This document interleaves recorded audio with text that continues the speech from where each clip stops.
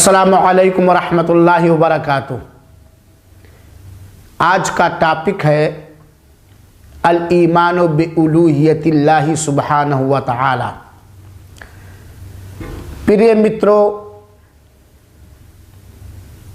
अल्लाह ताला ने हमें पैदा किया, हमें जन्म दिया और हमारे जन्म का उद्देश्य क्या है, मकसद क्या है, इसे भी अल्लाह ताला ने हमें समझा दिया। अल्लाह ताला ने सूरह ज़ारियात में फरमाया है, वमा खलक़तुल जिन्न वल इंसा इल्ला लियअबुदून। हमने सारे मनुष्यों को, सारे जिन्नातों को मात्र इसलिए पैदा किया है कि वो केवल मेरी ही इबादत तथा मेरी ही उपासना करें। अल ईमानु बिउलूहियतिल्लाह, अल्लाह ताला की उलूहियत पर ईमान किसे कहते हैं। हम इस सभा में ये समझाना चाहते हैं।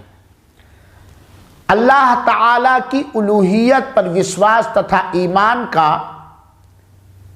अर्थ और मतलब ये है कि हर प्रकार की उपासना, हर तरह की इबादत सिर्फ और सिर्फ केवल अल्लाह ताला के लिए की जाए और इस बात का आस्था और अकीदा रखा जाए कि इबादत का हकदार, प्रत्येक उपासनाओं का अधिकार मात्र अल्लाह को है। इबादत का हकदार केवल अल्लाह ताला ही है, जो हर प्रकार के साझीदारों से, भागीदारों से पवित्र है, पाक है। इससे पता चला, और जब तक कोई अल्लाह की उलूहियत पर ईमान नहीं लाएगा वो मुस्लिम और मोमिन नहीं हो सकता है। मक्का के काफिर लोग भी अल्लाह की रुबूबियत पर, एकेश्वरवाद पालन पोषण पर ईमान रखते थे, अतः वो अल्लाह ही को पालनहार मानते थे, अल्लाह ही को प्रतिपालक मानते थे, अल्लाह ही को रब मानते थे, पैदा करने वाला। अगर उनसे कोई पूछे कि आसमान और जमीन को किसने पैदा किया है, वला इन सअल्तुम मन खलक़स समावाति वल अर्द ला यक़ूलुन्न अल्लाह, अगर आप उनसे पूछें कि आसमान और जमीन को, आकाश तथा पृथ्वी को किसने रचा है, तो वे यही कहेंगे कि अल्लाह। अल्लाह के पालन पोषण एकेश्वरवाद पर मक्का के काफिर भी ईमान रखते थे, तौहीद रुबूबियत पर, लेकिन तौहीद रुबूबियत पर ईमान रखने की वजह से वो मोमिन और मुस्लिम नहीं माने गए। अंतिम संदेष्टा ने उनसे युद्ध किया और उनकी प्राण और उनके धन को हलाल समझा। सारे संदेष्टाओं ने आदम अलैहिस्सलातु वस्सलाम से लेकर अंतिम संदेष्टा मोहम्मद सल्लल्लाहु ताला अलैहि वसल्लम तक सारे नबियों ने, सारे रसूलों ने, सारे संदेशताओं ने तौहीद उलूहियत का निमंत्रण दिया और दावत दी कि हर प्रकार की इबादत और उपासना मात्र अल्लाह के लिए हो और उस प्रकार हो जैसा वो पसंद फरमाता है। सारे नबियों ने, आदम ने, नूह ने, मूसा ने, ईसा ने, सारे संदेशताओं ने इसी की निमंत्रणा और इसी की दावत दी। और अल्लाह ताला ने आकाश बनाया, पृथ्वी बनाया और इसके अंदर नाना प्रकार की वस्तुओं को रचा मात्र इसलिए कि सारे के सारी रचनाएं, सारे के सारे मखलूक मात्र अल्लाह ही की इबादत करें। आसमान को इसीलिए पैदा किया गया, जमीन को इसीलिए बनाया गया कि ला इलाहा इल्लल्लाह, कोई सत्य उपास नहीं, कोई सत्य पूजनीय नहीं, मात्र अल्लाह के। मेरे मित्रों और साथियों, तौहीद उलूहियत या अल्लाह की उलूहियत पर ईमान का मतलब यह है कि हम इस बात को अच्छे प्रकार जानें, हमारा इस बात पर पक्का विश्वास तथा यकीन हो कि केवल अकेला अल्लाह ताला ही हर पर सत्य अल्लाह है, माबूद बरहक है और उसका कोई भागीदार नहीं, कोई भी, ला शरीक अल्लाह, उसका कोई भागीदार नहीं, ना कोई संदेष्टा, ना कोई ऋषि मुनि, ना कोई वली, ना कोई गौस, ना कोई पीर, ना कोई जिन्नात, ना कोई देवी देवता, ना कोई पत्थर, कोई भी चीज अल्लाह के किसी कार्य में, अल्लाह की उपासना में कोई उसका भागीदार और शरीक और साझीदार नहीं है। अल्लाह ताला अकेला है, अल्लाह ताला अकेला है, हर प्रकार की इबादतों और उपासनाओं का वो मुस्तहिक तथा हकदार है और वही अकेला अल्लाह ताला पूरे विश्व का प्रतिपालक तथा पालनहार है। वही अल्लाह ताला जो आकाश में है, जो अपनी मिसाल स्वयं रखता है, जिसके प्रकार कोई नहीं, वही अल्लाह ताला पूरे विश्व का सत्य माबूद, सत्य उपास और सत्य पूजनीय है। हम उसी की उपासना करें और उसकी उपासना उस तरह करें जिस तरह उसने धर्मशास्त्र के अंदर उतारा है। पूरे खुदू और खुजू के साथ हम अल्लाह ताला की ताज़ीम करते हुए, मुकम्मल ताज़ीम करते हुए अल्लाह ताला की हम उपासना करें और हम ये जानें, हम इस बात पर आस्था रखें कि अल्लाह ताला जिस प्रकार पालन पोषण एकेश्वरवाद में अकेला है, जिस प्रकार अकेला अल्लाह ताला रब है, पालने वाला है, पैदा करने वाला है, रचने वाला है, उसका मामला कुन फयकून है। यानी अल्लाह ताला का जब इच्छा होता है किसी चीज के रचने का, किसी चीज के बनाने का, तो अल्लाह ताला कहता है हो जा, अतः वो चीज हो जाती है।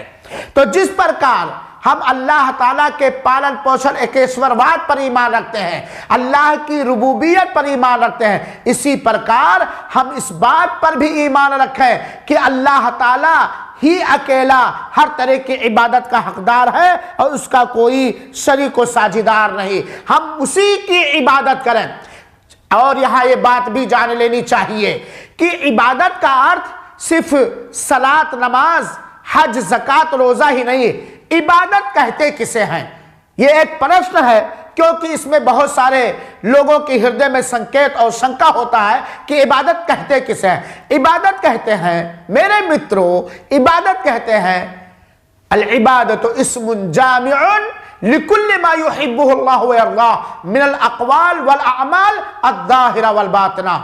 इबादत कहते हैं हर वो बात, हर वो काम, चाहे वो जबान से हो, चाहे ऊपर से हो, चाहे हृदय से हो, हर वो काम, हर वो बात, जाहिरी व बातनी, जिसे अल्लाह ताला पसंद करता है, जिसे अल्लाह ताला पसंद करता है। अतः रास्ते से एक कांटेदार चीज को हटा देना ये भी उपासना है।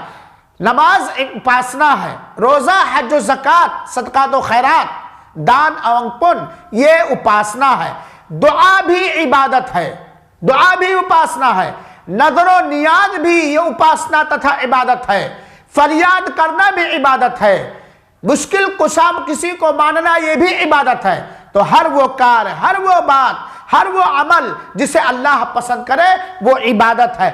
इससे पता चला कि हर प्रकार की उपासना तथा इबादत मात्र अल्लाह के लिए होनी चाहिए, क्योंकि सारे रचनाओं की उपासनाओं का अधिकार अल्लाह को है, वही इसका हकदार है। और अल्लाह की इबादत में, अल्लाह की उपासना में किसी को भागीदार और शरीक व साझीदार नहीं करना चाहिए। अल्लाह ताला ने शुभ कुरान में फरमाया, शुभ कुरान में अल्लाह ताला ने सूरे हज की आयत नंबर 62 के अंदर फरमाया, जरा गौर से सुनेंगे। दालिका बिअन्नल्लाह हुवल हक़, दालिका बिअन्नल्लाह हुवल हक़ व अन्ना मा यदऊना मिन दूनिही हुवल बातिल व अन्नल्लाह हुवल अलीयुल कबीर। सुभान अल्लाह। इस आयत का अनुवाद ध्यान से सुनें। अल्लाह ताला ने शुभ कुरान में, कुरान करीम में फरमाया है, और अगर एक विमुस्लिम, एक हिंदू या गैर मुस्लिम कुरान पर विश्वास नहीं रखता, यह अलग बात, लेकिन मैं इस संसार के, विश्व के सारे मुस्लिम समुदाय से यह कहना चाहता हूं कि ऐ मुस्लिम समुदाय, तुम इस बात पर आस्था रखते हो, अकीदा रखते हो कि यह कुरान अल्लाह का कलाम है, जिसमें कोई हेर फेर ना हो सकता है, ना किया गया है। अल्लाह ताला ने इस कुरान में फरमाया है, ज़ालिका बिअन्नल्लाह हुवल हक़, अल्लाह ताला ही निसंदेह, यकीनन अल्लाह ताला ही सत्य है। यानी सत्य भगवान, सत्य अल्लाह, अल्लाह ताला ही है। व अन्ना मा यदऊना मिन दूनी, और अल्लाह के अतिरिक्त जिसे भी लोग पुकारते हैं, अल्लाह के अतिरिक्त जिससे भी लोग मांगते हैं, अल्लाह के अतिरिक्त जिसको भी मुश्किल कुशा, दुख दूर करने वाला, आवश्यकता पूरी करने वाला मानते हैं, हुवल बातिल, वो असत्य है, वो झूठा है, वो बातिल है, वो गलत है। और सुनो, व अन्नल्लाह हुवल अलीयुल कबीर, निसंदेह अल्लाह ताला ही सर्वोच्च महिमा वाला है।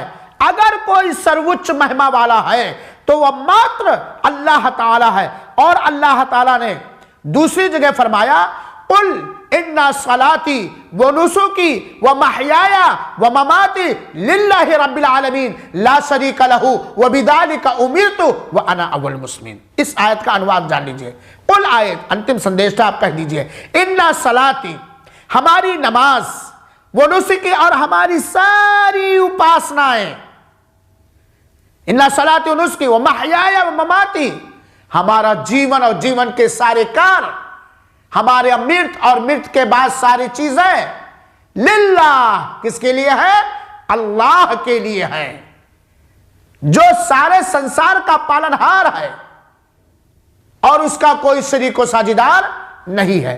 तो तौहीद उलूहियत का अर्थ और मतलब यह है कि हम जबान से माने, दिल से आस्था रखें, और इसी हिसाब से हम करें कि अल्लाह के अतिरिक्त कोई उपासना के लायक नहीं, अल्लाह के अतिरिक्त कोई मांगने के लायक नहीं। यह समझने के बाद आज हम आइए देखिए, हम हिंदू समाज से बात नहीं करते, वो तो देवी देवता को भी अल्लाह मानते हैं, कंकर शंकर को भी अल्लाह मानते हैं, जितने कंकर उतने शंकर उनके माना जाता है, जो कि अगर उनसे भी, वो भी अगर इस बात पर अध्ययन करें तो वो इस बात को स्वीकार किए बिना नहीं रह पाएंगे कि ये असत्य है, ये गलत है।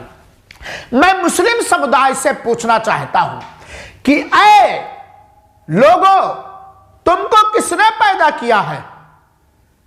तुम्हें जीविका कौन प्रदान करता है? रोजी रोटी कौन देता है? आपका अर्थ यही, आपका उत्तर यही होगा कि अल्लाह। तो जब सब कुछ करने वाला अल्लाह है और अल्लाह ताला ही शक्तिशाली है और अल्लाह ताला ही सर्वोच्चम महिमा वाला है, तो अल्लाह के अतिरिक्त किसी अन्य को दाता, गौस, पीर, अल्लाह का निकटतम ऋषि मुनि क्यों मानेंगे? और मानेंगे तो मानेंगे, लेकिन उनके अंदर अल्लाह का अधिकार को मानेंगे। मेरे भाइयों, आज देखिए कितने मुस्लिम महिला और मुस्लिम पुरुष जाके मज़ारों पर, दरगाहों पर, आस्थानों पर तवाफ परिक्रमा करते हैं, प्रार्थना करते हैं, सजदा करते हैं, नजर नियाज कहते हैं, या ख्वाजा अल मदद, ऐ ख्वाजा सहयोग कीजिए, या कुतुब अल मदद, ऐ कुतुब सहयोग कीजिए, या गौस अल मदद, ऐ गौस सहयोग कीजिए, सहायता कीजिए, ऐ अली हजवेरी, ऐ बदवी, प्रिय मित्रों, कोई भी मनुष्य उस वक्त समय तक पक्का मोमिन और मुसलमान नहीं हो सकता है जब तक कि वो इस बात का अकीदा और आस्था न रखे कि हर प्रकार की उपासना मात्र अल्लाह के लिए है और अल्लाह अकेला है। अपनी इबादत में, अपनी जात में अपने अस्तित्व में, अपने अस्मा और सिफात में, अपने नामों में और अपने समस्त गुणों में अल्लाह अकेला है, कोई उसका भागीदार नहीं, कोई अल्लाह का शरीक व साझीदार नहीं। अल्लाह निष्प्रह है। और अंत में सिर्फ एक सूरा की मैं तिलावत करता हूं और इसका अनुवाद आप देख लेंगे, फिर आप सोचेंगे। अल्लाह ताला ने फरमाया, कुल हुवल्लाहु अहद अल्लाहु समद लम यलिद व लम यूलद व लम यकुल लहू कुफुवन अहद। ऐ अंतिम संदेशता, आप कह दीजिए अल्लाहु अहद, अल्लाह अकेला है अपने से संबंधित सारे कामों में और अपने सारे कार्यों में, अपने से संबंधित सारे कार्यों में और अपने सारे कार्यों में अल्लाह अकेला है, अकेला, कोई उसका शरीक व साझीदार नहीं। अल्लाहु समद, सुभान अल्लाह, अल्लाह निष्प्रह है, अल्लाह बेनियाज है। अल्लाह को ना वजीर चाहिए, अल्लाह को ना कोई साझीदार चाहिए, अल्लाह को ना कोई मशवरा देना चाहिए, अल्लाह को ना कोई संतान चाहिए। अल्लाह किसी का किसी भी कार्य में मूर्धन और मुहताज नहीं, अल्लाह कंगाल नहीं है। इन्नल्लाह अला कुल्ली शै, अल्लाहु समद, अल्लाह निष्प्रह है, अल्लाह बेनियाज है, सारे भागीदारों से अल्लाह निष्प्रह तथा बेनियाज है। लम यलिद व लम यूलद, ना अल्लाह ने किसी को जना है और ना अल्लाह ताला किसी से जना गया है। ना अल्लाह ताला किसी का पति है ना पत्नी, ना अल्लाह किसी का संतान है और ना अल्लाह के संतान है। लम यलिद व लम यूलद, ना अल्लाह किसी से जना गया है और ना अल्लाह ने किसी को जना है। वलम यकुल लहू कुफुवन अहद, उसके हम पल्ला, उसके बराबर कोई नहीं है, उसके हम पल्ला, उसके बराबर कोई नहीं है। न कोई संदेशता नबी, न कोई वली या ऋषि मुनि, न कोई देवी, न कोई देवता। अल्लाह ताला ने यही कहा, इलाहुकुम इलाहुन वाहिद, तुम्हारा सत्य माबूद इबादत के लायक एक अल्लाह है जो आकाश में है, और उसके साथ किसी को भागीदार करना ये शिर्क है। और शिर्क करने वाला सदैव, अगर शिर्क पर मरा तो सदैव नरक में रहेगा। अल्लाह ताला से हमारी यही प्रार्थना है कि अल्लाह ताला हम सारे लोगों को अल्लाह की तौहीद उलूहियत, तौहीद रुबूबियत और तौहीद अस्मा व सिफात को अच्छे प्रकार समझने की तौफीक तथा अवसर दे और उसी की चाहत अनुसार पूरे जीवन हमें जीने की तौफीक दे। आमीन। व सल्लल्लाहु वसल्लम अला नबीना मुहम्मदिन सल्लल्लाहु अलैहि वसल्लम।